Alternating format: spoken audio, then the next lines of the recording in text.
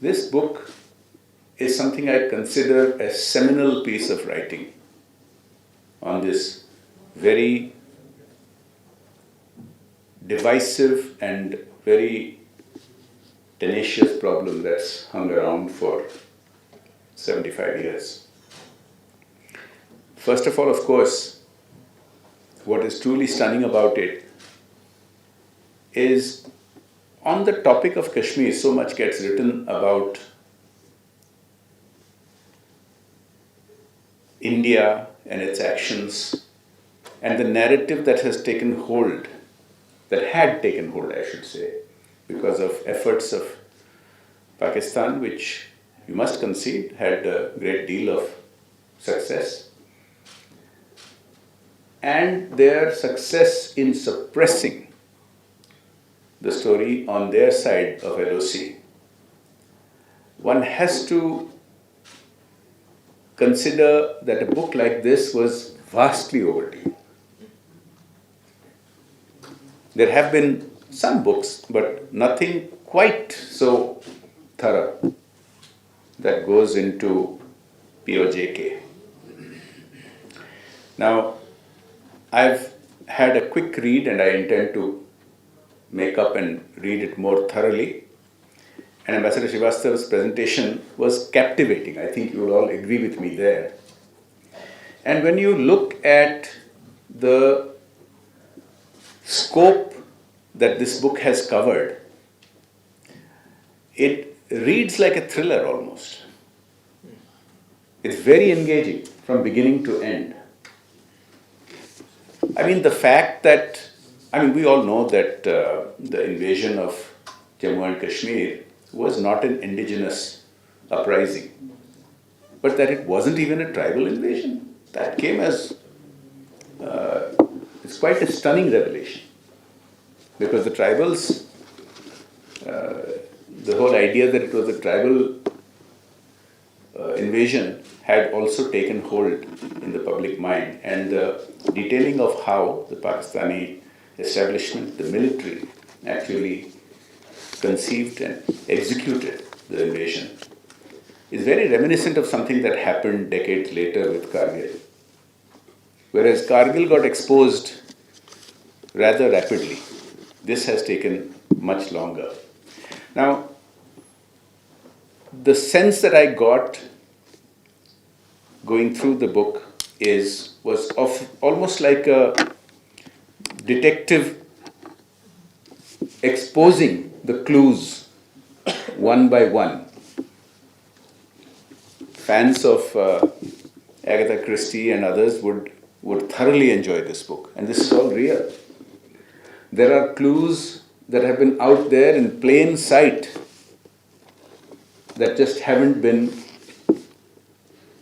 tom-tommed enough by writers everywhere, and especially on the Indian side. I think we ought to have done more earlier. But it's not just the clues in plain sight. As you saw from the presentation, there are many documents, there are many bits of information which required some digging out. And I compliment Ambassador Srivastav for the tenacious work that he has done in ensuring that all this comes out. Now,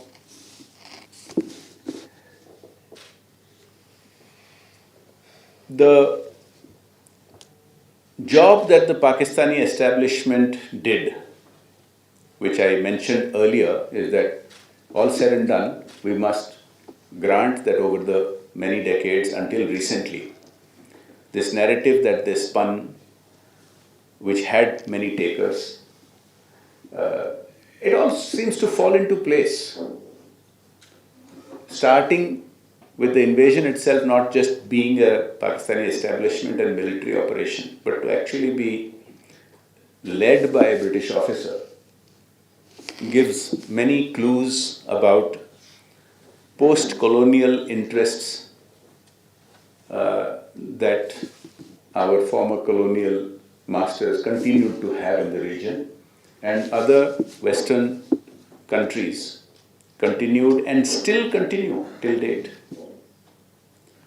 The recent instances involving American lawmakers and the US ambassador in Pakistan that Dr. Ganguly referred to are stark, considering that for a quarter of a century we've been talking about the de-hyphenation of the US's relationship between, on the one hand with India and the other hand with Pakistan.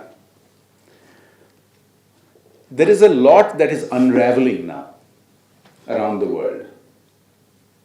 There is a lot that is coming unstuck. And geopolitics is getting exposed in the public eye in stunning ways. I mean, if you look at the larger picture, China has a big role here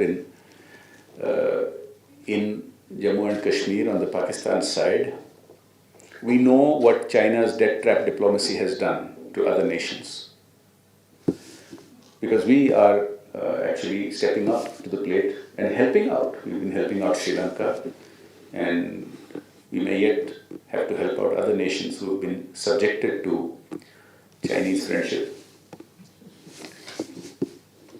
This China's role in global geopolitics. I was at an event just a couple of hours earlier, and I was talking about how multilateralism as it existed for 75 years has collapsed. The same WTO which ushered China into the global system has been undermined by Chinese defiance of the rules of business and disregard for sovereignty. This is the final frontier, because when it comes to Jammu Kashmir, neither China nor the Western powers seem to want any kind of justice,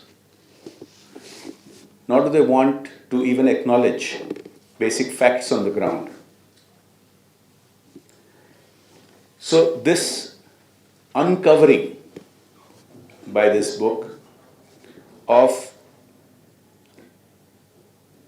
I think the only word is perfidy, of course, of the Pakistani establishment, right from not just day one, but even prior to the instrument of accession being signed. Dr. Ganguly mentioned something at the introduction which I think is extremely important. The de-villainization of the late Maharaja, because that is again a part of the popular narrative. Now, there's no doubt that plenty of blunders were made on the Indian side. We on the Indian side have never shied away from acknowledging, understanding, debating those blunders. But the many missteps of the Pakistani establishment, like their own acknowledgement of the lack of Azad in their so-called Azad Kashmir, the lack of sovereignty, that it is in their documents that they never had it to begin with, that it is clearly, has always, irrespective of what the Pakistan Supreme Court has granted them in terms of electoral rights, the people of Jammu and Kashmir on the Pakistani side are even today not treated as full-fledged Pakistani citizens, except, perhaps in name, but in terms of the rights that they have, the atrocities that the book documents and highlights, and which Ambassador Srivastav pointed out in his presentation. Now, these are, again, I will say for a third time, this is something that should have been documented and exposed to the world a long time earlier, but better late than never. That's why I again refer to this book as a seminal work in going into details that have not been understood, even by many academics on our side, that have spent time studying the issue. It strikes me that this is a book that deserves a much greater engagement across the spectrum. I mean, I for one would like to have books like this in the curriculum of history departments in our country and try to promote it for similar positioning in there are great and not so great universities across the world that have history departments that do spend some time trying to study South Asia and have a very twisted narrative or have bought into the narrative. They definitely need to have this book thrown at them. So I congratulate the Shyam Prasad Mukherjee Research Foundation for organizing this discussion, without which I must frankly admit, even though I read a lot of books, I would have missed this one. And so I would request you that more effort should be made to make sure that this gets a wider reading, wider coverage. It is important to involve and engage our own MEA, our own ministries and UGC to have books like this in the curriculum.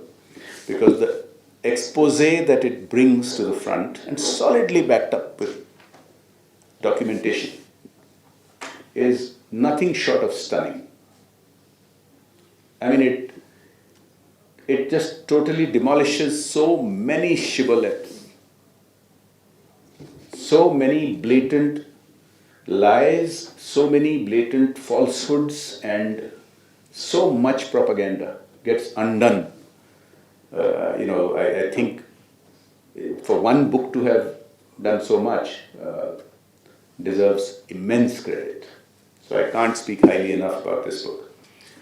As I said, I would have dearly loved to have stayed on and heard General Hasnain, whom I've known for many years, whose views and expertise I greatly admire, and also Dr. Behuria, but I'll try to catch up on that later. There's unavoidable circumstances due to which I must leave. But once again, congratulations, Ambassador Srivastava, for a phenomenal job. Thank you.